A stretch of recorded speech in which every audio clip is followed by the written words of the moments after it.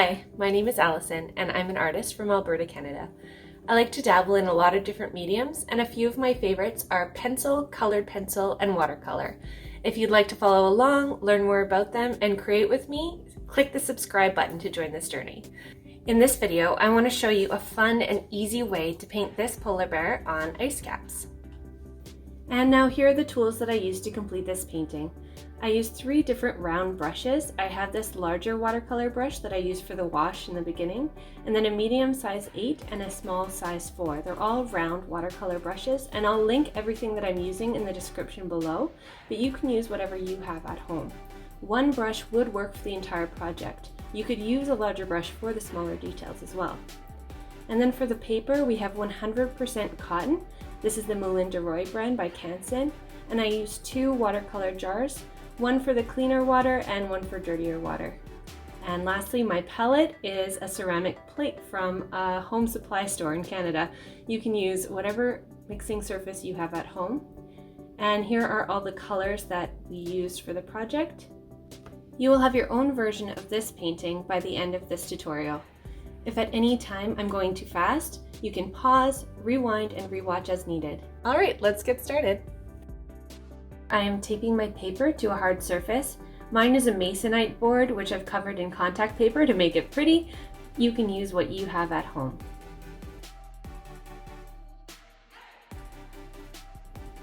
And here I am mixing our first color. It is a combination of ultramarine blue and burnt sienna, and I have it leaning to more towards the blue side. So I've just muted that blue a little bit by putting an opposite color in. And I'm adding a lot of water so that it's not really dark. It's going to be a nice muted color. Before I put any color on the paper, I am covering it thoroughly with water. I need it to have this nice even coverage all over the white of the paper. You don't want it so that it's bubbled with water, but it does need to have water coating the entire surface so that once we do start dropping the paint on, it disperses nicely and doesn't leave any hard edges. And I've started to put on that mixture that we made. You can see that it's light and it leans more towards the blue, and I'm applying it back and forth in a horizontal motion across the paper. So just like when you're looking at water, how it goes horizontally, I'm keeping my shape in that general pattern. Yours does not have to be the exact same placement. I'm doing it randomly on the paper. Make sure you're leaving some white spaces. And then I added a little bit more of the burnt sienna to darken it and put some contrast in places, just to vary it up.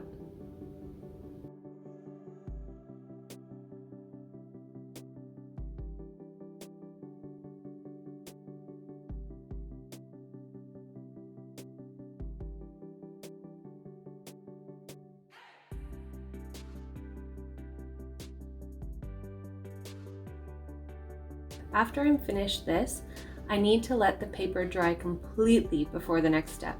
This means that it will be neutral to the touch. It shouldn't feel cold at all, or that means that it still has some dampness about it.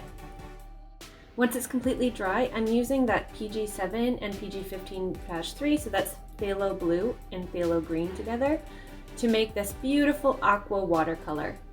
I want some light water and some dark water, so I'm diluting some of it with a lot of water, and some of it I'm keeping more tinted with the color.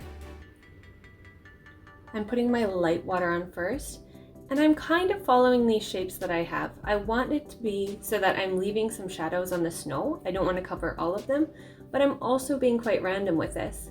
I'm thinking about what a lake and a river would look like from drone view. So my shapes are staying rounded, but horizontal to the plane. So I'm not going to put a big circle or a big oval because that would look really unnatural. It should look squiggly, fluid. Think about water that you've seen in nature. It should be wavy, uneven, and I left that little island on purpose. Your shapes, again, don't have to be the same shapes as mine. They should just be the same type of pattern so that nothing sticks out too odd within it.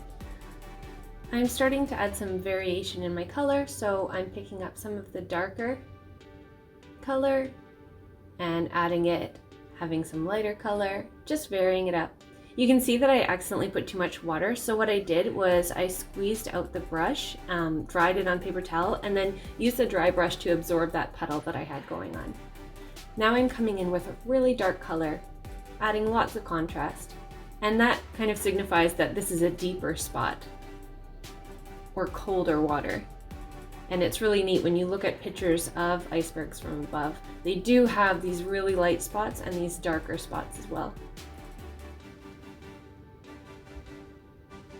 You can see that it's still really wet and I want to let it dry before the next step. So I'm letting it dry completely. Now that it's dry, I'm using Indigo to come in with the shadows.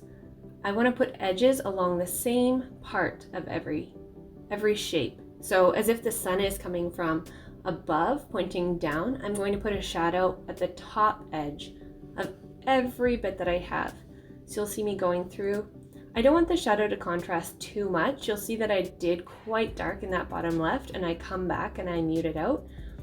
What I'm doing is I'm putting the edges on and then I'm using my second brush with just water on it, like you'll see here, and I am spreading it out so that it softens that edge. So I just have very little bit of water, not a lot of water, and I am blending the edge so that it's not such a stark contrast, it looks more natural.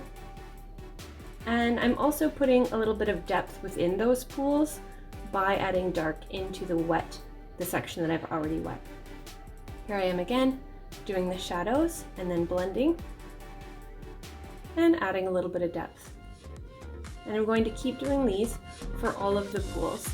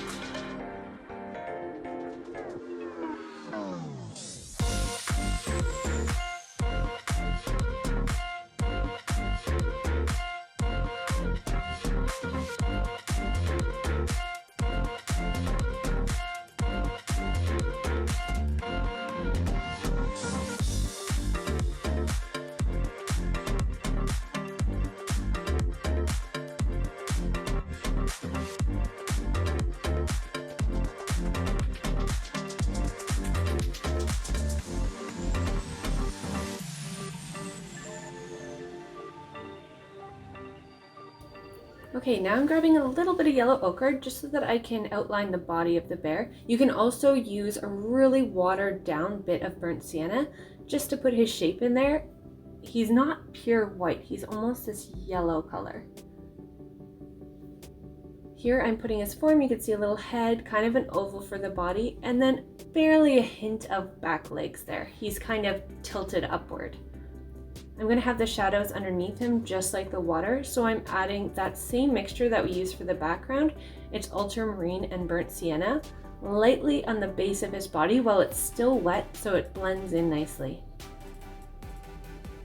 And now I'm sorry about my head in the way a bit here and how far out it zoomed, but we'll get some detail later on. I'm adding a really dark version of the burnt sienna and ultramarine blue mixture, so that means more paint, less water. And I'm just putting it in the base of his body and wrapping it around between his neck and dabbing it where his ears and nose would be, very lightly, just to give the impression of a bear. Once that's done, I'm adding almost pure ultramarine blue as the shadow underneath his body. I'm leaving a highlight to show between his legs and where the sun would reflect off the snow. It's going to zoom in right away here.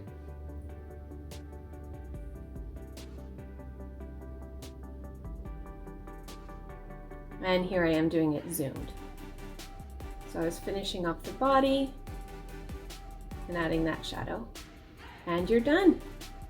I hope that you found success. It's my first tutorial that I've filmed, so I'm still learning about the video editing, the recording, and what speed I should go. So please leave comments below and click like if you liked it. If not, I would love constructive criticism below. Thank you so much, and please click like or subscribe if you enjoyed.